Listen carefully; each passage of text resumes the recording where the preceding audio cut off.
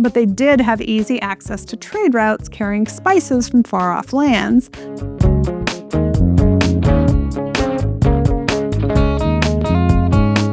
Hello and welcome to My Tiny Bottles, the project where I'm exploring my grandmother's legacy of miniature liquor bottles, one tiny bottle at a time. I'm your host, Tammy Coxon.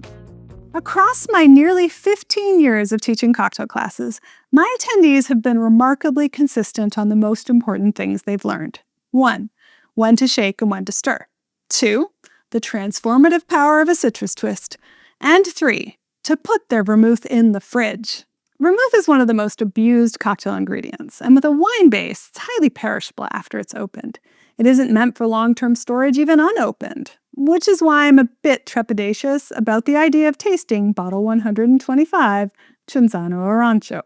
The word vermouth does not exist on its label, which instead styles itself as an aperitivo flavored with Mediterranean oranges.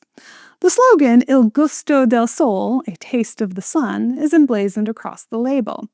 But press from its release does describe it as having a wine base, so I'm assuming it's basically orange vermouth. That would make sense from Cinzano, which is one of the earliest known makers of modern vermouth. The word vermouth comes from the German word vermouth, meaning wormwood, and people have been flavoring wine with wormwood and other botanicals for millennia.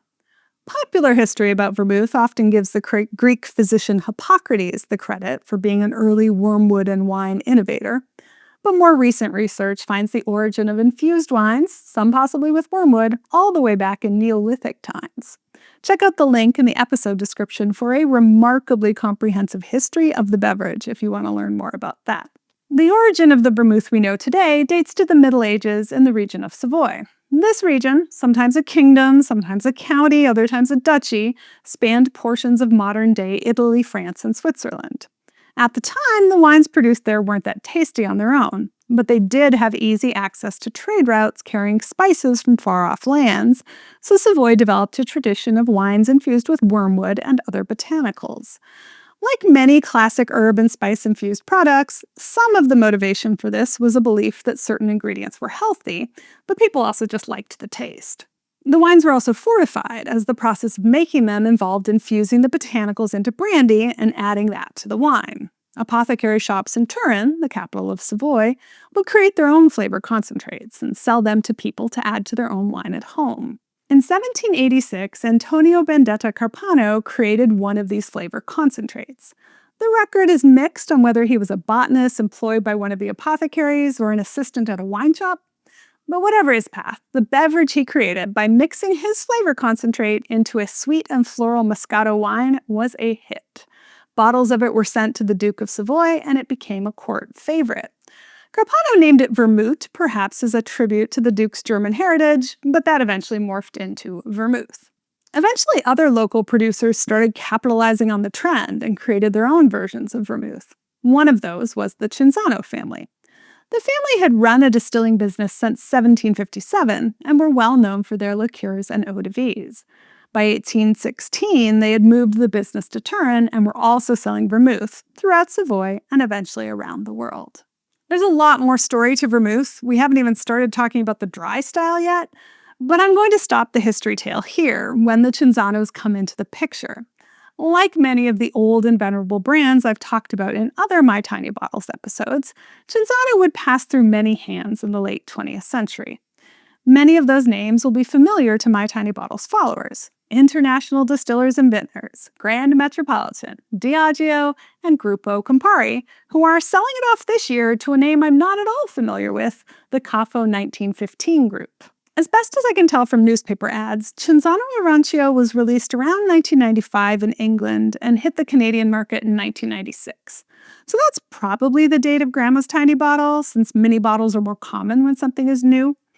I found a 2007 mention of it in a drink from one of the big names of the craft cocktail renaissance, Jamie Boudreau, now best known as a Seattle bartender, but then from Vancouver. He used it in a cocktail called the Georgetown Cloud, which combined Orancio with bourbon, bitters, and Boudreau's own high-tech recipe for peach foam. So 2007. Orancio doesn't appear to have ever had much of a presence in the US, with only a few newspaper mentions in Florida in 2011. A version of it might still be around in Italy, since the Italian Wikipedia page for the brand includes both Orancio and Lametta flavors.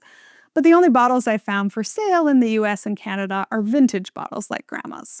Like other wine-based products in Grandma's collection, such as Bottle 42 Dubonnet and Bottle 61 Taylor Fladgate Port, most of the expected dark color of this product has sedimented out into little floaty bits at the bottom of the bottle. I did find one 2018 review of a full-size bottle that looked like it was from the same era as mine, and that person really liked it. So I'm hopeful that it might be like that bottle of Dubonnet, which had oxidized into something different, but still good, as I discovered in my tasting with Southern Teague.